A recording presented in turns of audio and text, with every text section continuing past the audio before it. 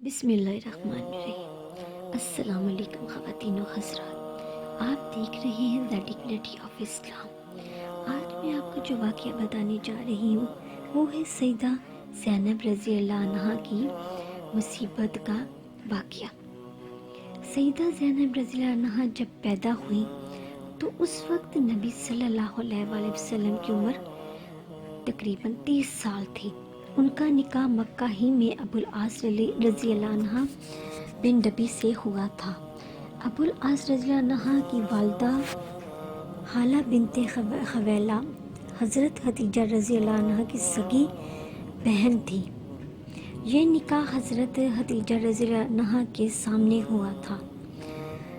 سیدہ زینب رضی اللہ عنہ اپنی والدہ کے ساتھ ہی داخل اسلام ہو گئی تھی، مگر ابو العاص رضی اللہ عنہ کا اسلام تاخیر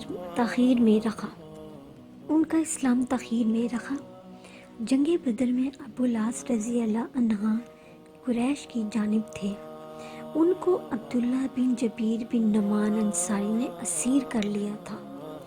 سیدہ زینب رضی اللہ عنہ نے ان کے فدیہ میں اپنا وہ ہار بھیجا تھا جو خدیجہ رضی اللہ عنہ نے بیٹی کو جہیز میں دیا تھا۔ ابتدائی ایام نبوت میں کافران مکہ نے ابو العاص رضی اللہ عنہ کو بہت اکسایا وہ حضرت زینب رضی اللہ عنہ کو طلاق دے دیں کہ وہ ان کو طلاق دے دیں، مگر انہوں نے ہمیشہ انکار ہی کیا کہ وہ انہیں طلاق نہیں دیں گے۔ ایک موقع پر صلی اللہ علیہ وسلم نے اس فعل کی توصیف شکر گزاری کے ساتھ فرمائی تھی۔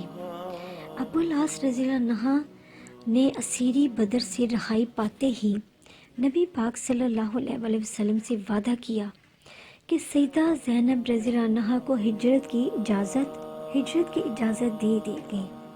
چنانچہ سیدہ اپنے والد مکرم کی خدمت اقدس میں پہنچ گئی۔ سفر ہجرت میں سیدہ زینب رضی اللہ عنہ کی مزاحمت حبار بن الاسود نے نیزہ تان کر کی تھی۔ اس صدمے سے ان کا حمل ساقط ہو گیا تھا۔ حبار بن الاسود فتح مکہ کے بعد مسلمان ہو گیا تھا اور رحمت العالمین صلی اللہ علیہ وآلہ وسلم نے اس کا یہ جرم معاف کر دیا تھا۔ نبی صلی اللہ علیہ وسلم نے ان کی منقبت میں فرمایا ہے کہ یہ میری بیٹیوں میں افضل ہے، میرے لیے سے مصیبت پہنچی۔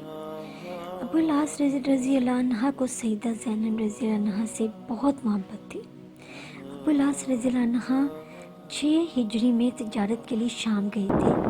اس وقت قبیلہ قریش مسلمانوں کا فریق جنگ تھا، اسی لیے ابو بصیرہ ابو جندل رضی اللہ عنہ کے ہمراہ ہی مسلمانوں نے جو اسلام لانے کے جرم میں قریش کی قید میں رہ چکے تھے اور اب سرحد شام پر ایک پہاڑ پر جا گزین تھے، وہ اس پہاڑ پر رہ رہے تھے۔ اس قافلے کا تمام سامان ضبط کر لیا گیا، مگر ابو العاص رضی اللہ عنہ کو گرفتار نہ کیا۔ ابو العاص رضی اللہ عنہ وہاں سے سیدھا مدینہ طیبہ پہنچے۔ نماز کے وقت مسجد میں سیدہ زینب رضی اللہ عنہ کی یہ آواز مسلمانوں کے کان میں پڑی، میں ابو العاص بن ربیع کو پناہ دیتی ہوں۔ یہ آواز اس وقت سنی گئی جب مسلمان نماز میں داخل ہو چکے تھے۔ نماز سے فارغ ہوئے تو نبی صلی اللہ علیہ وسلم نے فرمایا، لوگوں، تم نے بھی کچھ سنا جو میں نے سنا ہے؟ سب نے عرض کی، جی ہاں۔ فرمایا، اللہ، مجھے اس سے پہلے کچھ علم نہ تھا، میں نے یہ آواز تمہارے ساتھ ہی سنی ہے، اور پناہ دینے کا حق تو ہر ادنا مسلمان کو بھی حاصل ہے۔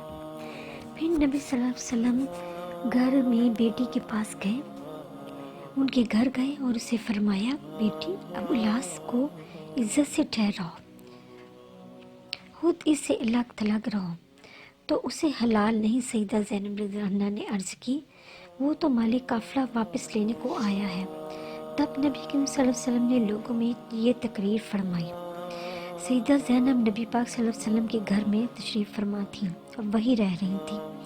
اس شخص کے متعلق جو ہم میں سے ہے وہ تم جانتے ہو، تم کو اس کا جو مال ہاتھ لگ گیا ہو تو یہ داد الہی ہے، مگر میں پسند کرتا ہوں کہ تم اس پر احسان کرو اور وہ مال واپس کر آؤ، لیکن تم اس سے انکار کرو گے تو میں سمجھتا ہوں کہ تم زیادہ حقدار ہو۔ لوگوں نے سارا مال حتیٰ کہ اونٹ کی نکیل کی رسی بھی واپس کر دی۔ ابو العاص رضی اللہ عنہ سارا مال لے کر مکہ پہنچے اور ہر ایک شخص کی ذرا ذرا چیز ادا کر دی۔ پھر دریافت کیا کہ کسی شخص کا کچھ رہ گیا ہو تو بتا دے۔ سب نے کہا اللہ تجھے جزائے خیر دے، تم تو وفی و کریم نکلے۔ تب ابو العاص رضی اللہ عنہ نے کلمہ شہادت پڑھا، اسلام قبول کیا، اور اب تک مجھے یہی حال اسلام سے روکتا رہا کہ کوئی شخص مجھے مال لینے کا الزام نہ دے ان پر لگا دے۔ اب میری ذمہ داری نہ رہی تو میں اب خلعت اسلام میں ملبس مزین ہوتا ہوں اور مدینے کو روانہ ہوں۔